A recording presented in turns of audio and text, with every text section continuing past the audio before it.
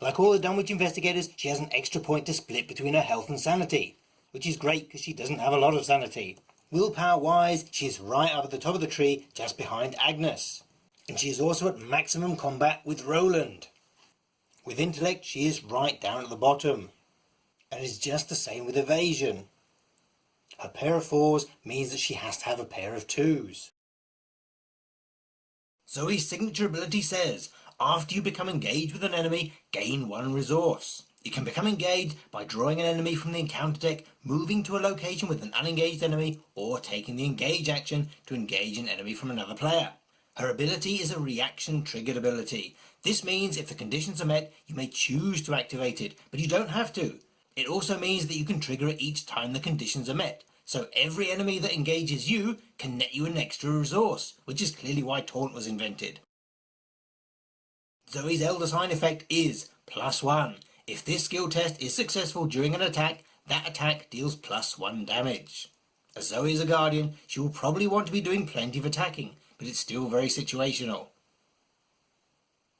Zoey's bonus card is her Symbol of Righteousness. It says, after an enemy becomes engaged with you, exhaust Zoey's Cross and spend 1 resource, deal 1 damage to that enemy. Hopefully you've remembered to gain 1 resource from her Investigator ability, making this virtually free. But it does exhaust, so you only get to use it once per round, sadly. Again, this is another Investigator specific card that has 3 icons, and you'll notice that the Dunwich ones have matching pairs and the core set ones don't. Remember, you can only include 1 copy because there are no pips underneath the card. Zoey's weakness is Smite the Wicked. It says, forced. When the game ends, if attached enemy is in play, you suffer 1 mental trauma. This operates just like Roland and Jenny's weaknesses, and Zoey's low sanity means every point is precious. Revelation. Discard cards from the top of the encounter deck until an enemy is discarded. Attach Smite the Wicked to that enemy and spawn it at the location farthest from you. Farthest is not defined in the rules, but nearest is, and taking it to be the opposite of that, it is spawned at the location that takes the most number of connections to reach, just like Jenny's searching for Izzy. If multiple locations are furthest from you, then it's the lead investigator who decides. This is a great weakness to have in multiplayer, as anyone can deal with that enemy and send Zoey's weakness back to her discard pile. But you don't have to defeat an enemy through damage either. If it leaves play via another means, such as a parlay ability or being shuffled back into the encounter deck, the weakness also leaves play.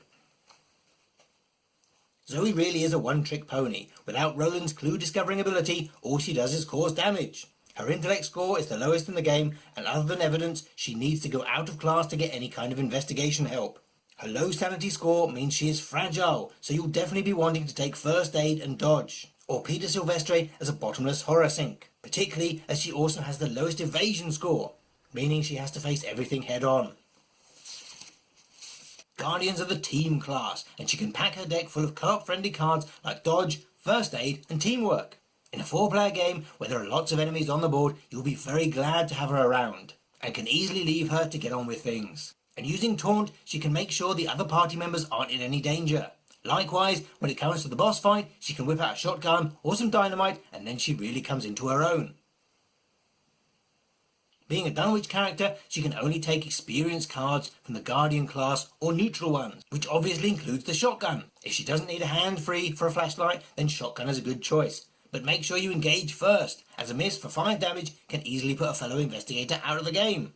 And if you do have 1 or 2 shotguns, then extra ammunition is vital, as it allows you to put more ammunition on than you started with. Just as Taunt is a no-brainer, the experienced version should be high on your list. There is very little that allows investigators to draw cards, and playing this as a fast action could draw you lots of useful stuff, like Vicious Blow or an Overpower just when you need it.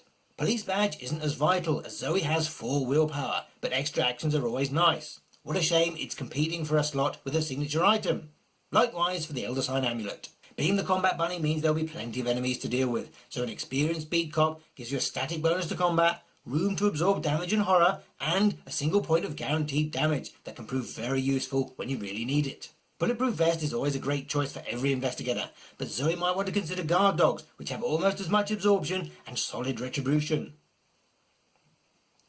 As Zoey is all about the combat, she can literally pair up with anyone, especially with access to cards like dodge, first aid and teamwork.